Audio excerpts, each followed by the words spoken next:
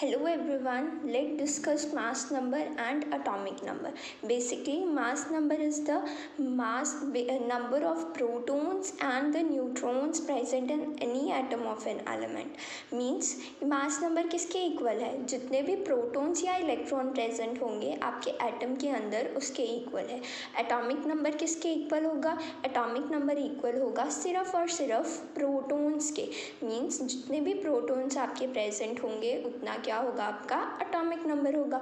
और अगर आपको एटॉमिक नंबर कौन सा है गिवन है और आपको प्रोटॉन्स फाइंड आउट करने को बोल दें, तो जितना भी एटॉमिक नंबर होगा उतने क्या होंगे आपके पास? प्रोटॉन्स होंगे. और अगर हमने किसी भी एलिमेंट्स में मास नंबर या एटॉमिक नंबर को रिप्रेजेंट करना है तो हम उसे कैसे करेंगे?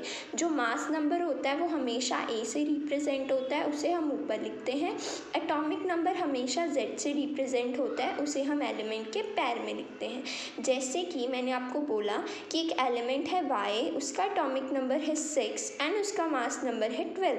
सो आप मुझे उसको सिंबल फॉर्म में लिख के दिखाएं. तो आपको पता है एटॉमिक नंबर को हम पैर में लिखेंगे तो पैर में हमारे पास 6 आ जाएगा और मास नंबर को हम ऊपर लिखेंगे तो 12 आ जाएगा. अगर आपको ऐसा कुछ उन्होंने अगर सिंबल दे दिया और आपसे पूछा प्रोटॉन्स कितने हैं, तो याद रखिएगा एटॉमिक नंबर कितना है? 6. सो 6 अगर एटॉमिक नंबर है तो प्रोटॉन्स और इलेक्ट्रॉन्स भी कितने होंगे? 6 होंगे हमारे पास.